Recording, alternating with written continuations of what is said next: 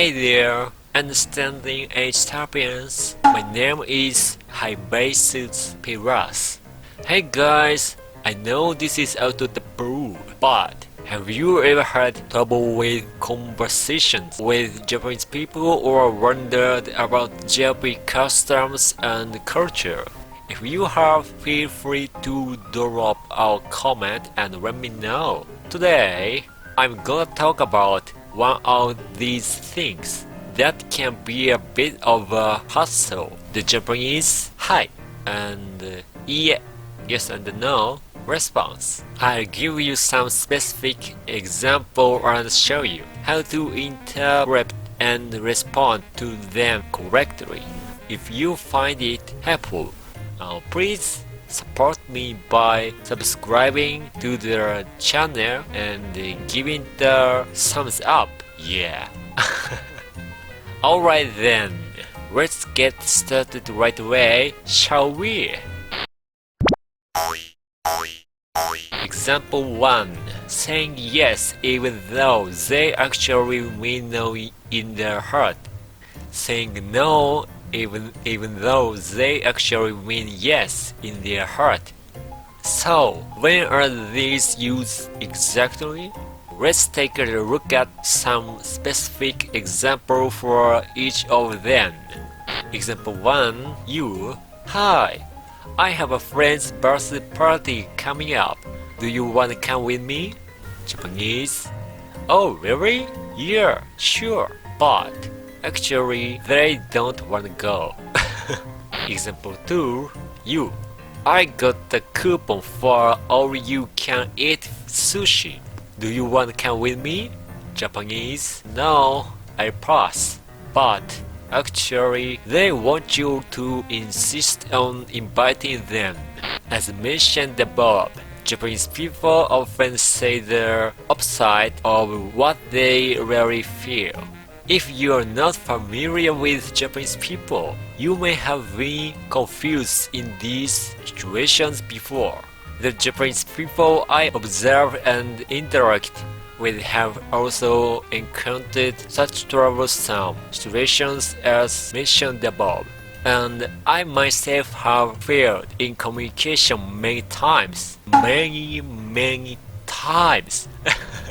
So, why do Japanese people often use such confusing way of speaking? The answer is simple. Japanese people are extremely self-centered creatures. They prioritize their attention and evaluation they receive from society based on their own words and actions over consideration for others. Please stay calm and listen to the end. I'll explain in detail below. Let's start by rewriting the example to better understand the true feelings of Japanese people. Example 1. You. Hey, there is a birthday party for my friend coming up. Want to come along? And then Japanese people said, oh really? I would love to go if it were your birthday party, but I haven't met your friend before. So, if I go to the party, I'll be the only one there by myself. That would be awkward and embarrassing. However, you seem to be having a great time talking to me right now. So, if I say no, you might not like me anymore. You might lose interest in me, and I don't want that to happen. So, for now, I'll just say sure and give you a response. If something coming up on the day of the party, I'll tell you I have an emergency and cancel the promise. That way, you won't mind, and I won't have to go to the party and embarrassed. Example 2. You. I got the coupon for an all-you-can-eat sushi place. Want you go to with me? And then the Japanese people said, you were just saying sushi, but is it a conveyor belt sushi place? Conveyor belt sushi is already cheap. So, going out of your way to eat there with an all-you-can-eat coupon is just too much and embarrassing. If I run into someone I knew at the restaurant, they might think I'm a cheap person from the norm. I don't want that. So, for now, let me decline. But if you keep insisting and inviting me multiple times, I reluctantly go with you as a companion. I can at least have an excuse if I run into someone I know. Here it is like this. Don't you think Japanese people are a bit arrogant, bit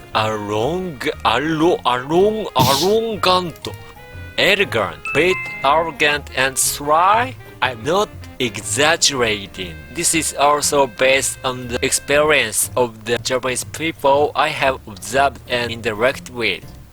As mentioned above, the majority of Japanese people are always concerned about how their words and actions will be perceived by society and their close relationships. They often choose their words and actions carefully, prioritizing the atmosphere of the situation over the person they are talking to, so as not to make things awkward for themselves and those around them. To make matters worse, if we don't invite them to parties or meals, as the Japanese person said, they often stop valuing our friendship. In the worst case, we might never see the Japanese person again. Wow! I'm really fed up with this kind of behavior too. No way. What do you think? Don't you think Japanese people can be really annoying creatures?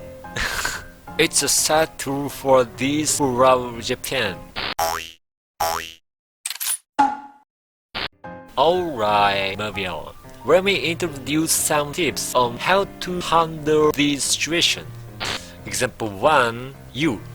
Hey, I've got a friend's birthday party coming up. Would you like to come with me? Japanese. Oh, really? Yeah, sure. Not very interested in going. You. If anything comes up and you can't make it, just let me know anytime. Example 2. You. I got a coupon for an all-you-can-eat sushi place. Wanna go with me? Japanese. No, I'm good. Actually, want to be invited. Next to you. Come on, don't say that. Let's go together. I look up everything about the schedule and the route, and I'll make sure not to cause you any inconvenience. To respond like the examples above, you need some tips before you reply. Consider the following. Did the Japanese person's expression for the tone of voice cut even slightly? Second, is the proposal familiar to the Japanese person? Third, is the proposal not burdensome for that Japanese person's personality? Keeping these tips in mind, instead of speaking impulsively or from your heart, analyze the Japanese person and respond while respecting their statements, so as not to break the atmosphere of the moment communicating with Japanese people. Of course, there may be cases different from the examples I mentioned.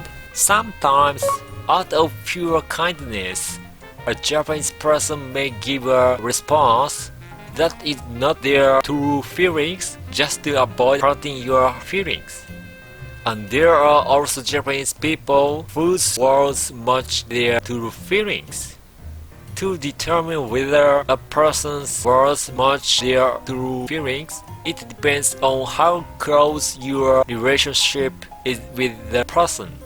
One thing is clear though, if you are to toil or have an accident abroad, and the Japanese acquaintance came to your aid, they would likely be one of the few wonderful Japanese people who truly care about you.